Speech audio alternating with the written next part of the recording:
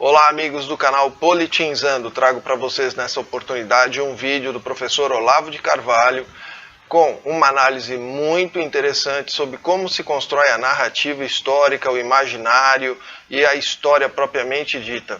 Vamos acompanhar, são quase uns 15 minutos de vídeo e depois eu explico para vocês mais algumas coisas. Vamos lá. Muito bem, essa narrativa ela não sai do nada, é produzida, evidentemente, por escritores. Não é isso? Agora, toda e qualquer narrativa histórica, ela começa como narrativa ficcional. Se você pegar a tribo mais primitiva de índios que você possa encontrar, você vai ver que ali você não tem física matemática, você não tem astronáutica, você não tem computadores, mas você tem poesia épica. O que é a poesia épica? A narrativa das origens míticas da tribo. Essa narrativa não precisa corresponder à realidade histórica, ponto por ponto, mas ela vai dar um senso de orientação temporal. Isto é uma coisa que se opera no nível da imaginação, da fantasia. Quer dizer que se a fantasia não tem um senso geral de orientação no tempo, a narrativa não adianta. Isso quer dizer que é inútil você tentar corrigir uma narrativa falsa com obras de história. Você tem que começar com obras de ficção, romance, conto, teatro, cinema. Aí você cria o arcabouço imaginário e, em seguida, a narrativa histórica, propriamente dita, que, vamos dizer, cuja estrutura é similar à da ficção, aí se torna compreensível. Isso aí eu assinalei na última aula do curso Cultura e Política, curso da Guerra Cultural. Em 1964, quando o João Goulart foi derrubado, o pessoal da esquerda ficou todo desorientado. Qual foi a primeira reação intelectual deles? Obras de ficção. Uma série de romances, alguns muito bons, como o Quarupi, do Antônio Calado, Pessacha, a Travessia, do Carlos Heitor Coni, né? A Hora do Rinoceronte, do José J. Veiga. E isto criou o imaginário esquerdista. Dentro desse imaginário, eles começaram então a produzir obras históricas, de narrativa histórica, que refletiam esta mesma visão. Claro que tudo isso foi uma distorção imensa, porque esse pessoal tinha o que eu chamo de uma visão umbigocêntrica. Eles achavam, eles sentiam, não é que eles achavam conscientemente, nunca elaboraram esta questão. Quase que instintivamente eles acreditavam que eles, o grupo da esquerda, era o Brasil. Então a narrativa do destino daquelas pessoas, que eram 10 mil, 20 mil, foi vendida como se fosse a história do Brasil inteiro. O fato é que, por exemplo, naquela época, a época foi muito perigosa para o pessoal da esquerda, sobretudo os que estavam metidos na luta armada. Mas para o restante da nação foi uma época de segurança e de tranquilidade extraordinária. Eles nunca perceberam isso. E se você fala de um crescimento econômico, prosperidade, você tinha segurança de tudo. E eu me lembro o seguinte, quando eu era jovem, a gente saía de São Paulo, moleque, para ir nos bailinhos, sabe onde? Na favela do Rio, né? E depois dormia, sabe onde? Na praia. Não acontecia coisíssima nenhuma, era outro Brasil. Era um Brasil hoje quase mítico, né? Um negócio paradisíaco, né? Isso existia na realidade. Quando acontecia um crime, o crime era um assassinato, o negócio era um escândalo nacional. Isso é o caso da Aida Cury, a menina que, né, foi morta lá por um grupo de playboys e tal. Tudo isso era escândalo nacional. Agora, hoje em dia, o crime virou banalidade. Então, vamos dizer, a vivência que se transmite na literatura produzida pelos intelectuais de esquerda naqueles anos é a vivência do seu grupo. Tá entendendo? Quer dizer, é um negócio paroquial, na verdade. E isto foi sendo repetido e ampliado em livros de história e acabou se consagrando como se fosse a narrativa concreta, real. Quando não é. Né? É uma narrativa, vamos dizer, limitada ao imaginário muito estreito. Não há uma fonte alternativa a essa narrativa? Não há nenhuma. E aconteceu o seguinte, quer dizer, esse florescimento de romances e contos e peças de teatro produzido pelo pessoal da esquerda foi, como é que se diz, foi o canto de cisne da intelectualidade esquerdista. Que quando chegou por volta da década de 80, 90, tinha secado completamente a imaginação deles. Então, a direita não tinha nada e a esquerda acabou, intelectualmente. Então, morreu tudo. Bom, então, em primeiro lugar, você precisa ver que tudo o que se passou no país nos últimos 40 anos não foi documentado nem no romance, nem no conto, nem no teatro, nem no cinema. Né? Existe uma única cena verdadeira, né? Se você pegar todas as artes narrativas, a única cena verdadeira que reflete mesmo o que está acontecendo é algumas do filme Tropa de Elite. Não Tropa de Elite 2, que já volta aos estereótipos, aquela autobeatificação, né, da esquerda, com finalidade propagandística. Né? Eu vi algumas cenas reais também no filme, não é Cidade de Deus, Central do Brasil. Central do Brasil, exatamente, Central do Brasil. Aquela cena em que o menino foge, a mulher leva o menino de volta para o interior, ele está fugindo dos bandidos, e no interior ele encontra aquelas velhinhas rezando, a igreja, quer dizer, o Brasil antigo. Então, eu digo, mas isso é um filme, no fundo ele é conservador, porque ele está falando, vamos dizer, lembrou a Cidade e as Serras do Essa de Queiroz, né? Onde a cidade é o centro da corrupção e o campo é onde se conservam as virtudes humanas, que é uma verdade da vida, né? E você vê que a ideologia do artista, às vezes, não é tão poderosa quanto a imaginação dele. Os dois diretores desses dois filmes, eles foram ideologicamente traídos pela imaginação genuína que eles tinham. Como se fosse a essência, na verdade. Isso é claro, vamos dizer, a inspiração do artista se sobrepôs à sua própria ideologia. É uma coisa que acontece frequentemente. Né? Então é por isso que é difícil você, a não ser que a obra sacrifique a sua consistência artística em favor da ideologia, que no caso ela fica uma obra de segunda ou terceira ordem, em geral é difícil você classificar ideologicamente as obras de ficção, porque elas podem ser interpretadas de um jeito ou do outro. Né? Então, de uma certa forma, nós precisamos reconstruir essa narrativa. Sem sombra de dúvida, nós precisamos começar a produzir romances que... Veja, as transformações, se você compara assim, a riqueza da reação literária da esquerda ao golpe de 64, né, com o deserto que nós temos, deserto literário dos últimos 40 anos, e você compara assim, o que é um golpe militar comparado com todas as mudanças sociais, econômicas, psicológicas que houve nos últimos 40 anos? É nada. E, no entanto, vamos dizer, o golpe militar suscitou toda aquela literatura. E tudo isso que está acontecendo, vamos dizer, desmantelamento das famílias, o crescimento do comércio de drogas, a destruição da educação, nada disso se reflete na literatura, como se não tivesse acontecido. Então, quer dizer, a imaginação nacional, ela secou, ela está paralisada, ela não reage mais aos acontecimentos. Eu não sei quem foi que disse que os artistas são as antenas da sociedade, eles que têm que captar, mas eles não estão captando nada. Por quê? O pessoal da esquerda não pode refletir o que tem acontecido nos últimos 40 anos, sabe por quê? Porque eles são os autores do que está acontecendo. Não são os que estão sofrendo as consequências. Eles não são os que estão sofrendo as consequências, eles não sofrem consequências nenhuma, está ótimo para eles, né? Ficaram ricos, né? E tem o poder, tem a hegemonia, tem tudo, e eles são os autores do crime, entendeu? Então eles não vão contar o seu próprio crime, né? A reação seria, poxa, eu roubei e o Sérgio Moro me prendeu. Pois é, exatamente, você não vai contar essa história, né? Só porque eu roubei, o nego me prendeu, que coisa feia, né?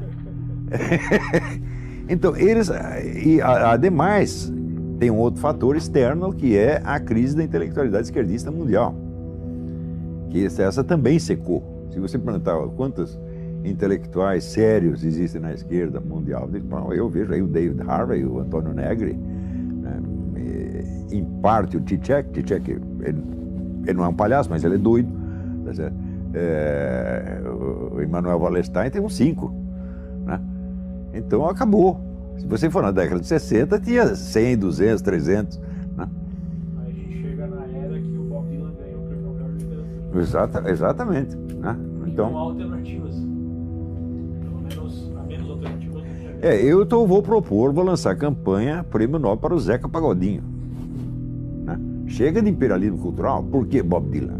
Zeca Pagodinho, né? Mas para isso, é preciso que o sujeito seja um artista mesmo. Um artista é um sujeito que tem a sensibilidade para a realidade concreta. Quer dizer, a imaginação dele é excitada pela realidade, não por estereótipo. Agora, se o sujeito aos 17 anos já meter um monte de slogan ideológico na cabeça dele e ele vai ver tudo daquele jeito, acabou. Ele pode produzir obras de arte, mas serão obras de arte, vamos dizer, obras de propaganda apenas. Não entram na história da literatura, não fazem parte da literatura. Acontece que mesmo no tempo em que o Brasil tinha uma produção literária considerável, ela ainda não refletia devidamente a história do país. Você tem rombos, buracos, hiatos, abismos inteiros, tá certo? Por exemplo, eu não entendo porque nunca se fez uma peça de teatro sobre a independência, o drama da independência, ou o drama da abolição da escravatura, tá certo? Ou, sei lá, a ruptura entre Zé Bonifácio e Dom Pedro I. Você tem um monte de situações humanas, né, riquíssimas, que nada foi explorado. Nada foi explorado por quê? Porque a esquerda, ela dispunha, nos anos 60, ela dispunha eu distingo entre hegemonia intelectual e hegemonia cultural. Hegemonia cultural é simplesmente o domínio das instituições, dos canais, etc. A hegemonia intelectual é o sujeito ter uma concepção abrangente que engole as outras. De modo que todo mundo acaba falando a linguagem dele porque não há outra. A esquerda, nos anos 60, ela tinha ainda hegemonia intelectual, né? Então todo mundo acabava mais ou menos pensando como eles. E certos episódios da história nacional absolutamente não interessavam para eles, não diziam respeito a eles, não era estrategicamente não valia nada para eles, tá certo? Então eles só destacavam aquilo que servia para as finalidades deles, né? Naturalmente contando a história de acordo com os estereótipos marxistas consagrados, né? A luta de classes, a escravidão, etc, etc. E nunca com uma visão concreta da realidade. Para você encontrar cenas reais mesmo da história do Brasil na nossa literatura é muito difícil. Você encontra cenas da sociedade. Quer dizer, muitos escritores pegaram a vida real da sociedade brasileira. Você vai ver o Graciliano Ramos, Lins do Rego, tudo. Pegaram coisas reais da vida popular. Mas da história não. Tá certo? Quer dizer, os romances históricos que nos sobraram não são de grande valor. Não quero dar nome de escritor para não porcalhar a memória deles. Mas os romances históricos não são de boa qualidade. Nós não temos nenhum romance histórico grande. Não existe um Guerra e Paz brasileiro, por exemplo, né? E assunto não falta. Na Guerra do Paraguai, a Batalha de Guararapes, que criou o Brasil nasce na Batalha de Guararapes, né? A Guerra do Paraguai, que é onde, por assim dizer, o Brasil moderno nasce da Guerra do Paraguai, foi o primeiro instante onde você vê uma consciência popular unificada. Você vê que na Argentina morreu mais gente no fronte interno lutando contra o recrutamento militar do que na guerra. E no Brasil foi o contrário, a população em peso apoiou o esforço guerreiro. Então é o primeiro momento onde você vê um sinal vivo de consciência nacional. De uma identidade. Uma identidade. Ora, se você perguntar assim, qual é o livro que mais fez sucesso sobre a Guerra do Paraguai? Foi o livro do Júlio José Chiavenato, né? Genocídio Americano, que é um livro mentiroso do começo até o fim, só contra o governo imperial, que depois foi totalmente desmoralizado por um historiador de verdade, que é o Francisco Doratiotto, no livro Maldita Guerra, que esse é um livro pesquisado, sério, que tem o triplo do tamanho do Chiavenato. Mas olha, eu quando li o livro do Chiavenato, eu acreditei. E foi a última, daí eu prometi, é a última vez que eu acredito em esquerdista. Porque depois eu li o livro do Doratiotto e falei, mas olha, o cara me fez de trouxa, porra, de novo, apresentando a Guerra do Paraguai como se fosse um genocídio praticado pelo governo imperial brasileiro, quando não foi absolutamente nada disso. Pior, apresentando assim, que o governo brasileiro fez a guerra para atender a interesses do Banco Rothschild. Ué, o governo brasileiro pediu um dinheirinho para o Banco Rothschild no fim da guerra. O Rothschild nem sabia a propósito do que era a guerra, né? Ignoraram totalmente, o imperialismo inglês não tinha nada a ver com isso, né? E lê o livro do Doratiotto, você vai ver que tudo que o Chiavenato escreveu é tudo mentira da primeira à última página. Então, esse episódio foi central na formação da nacionalidade. O único livro de grande sucesso a respeito é o livro que cospe em cima, né? Mesmo que ele tenha sido negado, a versão que é aceita ainda, na maior parte dos casos, é a versão que está errada. Eu não sei como está hoje. Eu não posso esquecer que eu estou longe do Brasil há mais de 10 anos, né? Eu não sei o que o pessoal pensa hoje sobre a Guerra do Paraguai. Eu sei sobre o que pensa dos assuntos que estão em efervescência no dia a dia. Mas a visão histórica retroativa... Então, a mentira do Chiavenato continua vigorando, tá certo? Agora, você vê, quem foi que inventou o Brasil? Foi Dom João VI. Dom João VI transfere a sede do Império para o Brasil e aquilo que era apenas uma colônia se torna a sede do Império, meu Deus do céu. Então vira um país. Daí ele cria o Banco do Brasil, cria os portos, o ensino superior, etc. Toda a infraestrutura brasileira foi Dom João VI começou. Fizeram um único filme sobre Dom João VI, que é um filme que esculhamba, é um esculacho, é uma sátira grotesca, que é o filme daquela menina Carla Camurati. Ora, se houvesse 200 filmes sobre Dom João VI, glorificando o herói nacional, é justo que haja também um de sátira tirando o pelo dele, mas se o único que faz é o de sátira, então isso aí é um país que está cuspindo na sua própria cara. Traçando inclusive ele como um covarde que fugiu. Exatamente. Olha, o melhor pronunciamento sobre Dom João VI foi o de Napoleão no leito de morte, dizendo, olha, o que acabou com a minha carreira foi aquele português. Dom João VI foi de uma inteligência estratégica imensa. Tá certo? Não sei se era um cara covarde, mas olha, inteligente ele era e foi um bom governante. É o cara que fundou o Brasil. Agora, pior, o filme da Carla Camurati foi feito com o dinheiro do Banco do Brasil que Dom João VI fundou. Quer dizer, isso é a definição do cuspir no prato em que comeu. Quer dizer, você tem um masoquismo brasileiro. Uma coisa típica brasileira. Exatamente. Né? E nós damos ouvidos a pessoas que só querem achincalhar com o país, porque elas acham que elas representam um país melhor do futuro, que elas nunca vão precisar fazer. Né? Quer dizer, vive de crédito do futuro. O Brasil é o país do futuro. E o Brasil fica sempre sendo o país do futuro, são as promessas do Lula. Sempre quem essas pessoas que eles idolatram? Por exemplo, Carlos Marighella. Qual foi a grande obra do Carlos Marighella? Fazer uma guerrilha absurda e fracassada. Qual é a contribuição dele para a nacionalidade? Zero. Inclusive o Wagner Moura quer fazer um filme sobre ele. Não estava conseguindo verbo. Zero. Né? Então, os tipos que eles adoram são esses. Quer dizer, é uma visão invertida mesmo. Eu já disse que a mentalidade revolucionária se define pela inversão. Então, ele só reconhece o bem sob a forma do mal. Só reconhece o heroísmo sob a forma da covardia. Veja. Olá, espero que vocês tenham gostado desse trecho, desse vídeo. Eu vou deixar o link desse vídeo completo do canal, que eu quero dar o crédito também, vai ficar abaixo aí na nossa descrição. É um vídeo de 55 minutos no seu total, muito interessante, e você aprenderá muito sobre o que está acontecendo no Brasil de hoje, esse raciocínio lógico do professor Olavo de Carvalho. É isso, o Politinzando vai ficando por aqui. Vamos prestar bastante atenção na nossa realidade. Está tudo explicadinho, logo ali atrás, 30, 40, 50, 100 anos. Basta olhar com uma visão crítica e analítica. Vamos lá, pessoal? Até o próximo vídeo.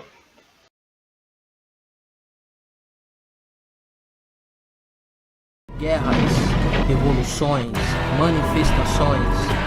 Entenda o mundo em que você vive lendo Politinzando, a política sem caô. Pontos de venda, página Politinzando no Facebook e livro digital no site amazon.com.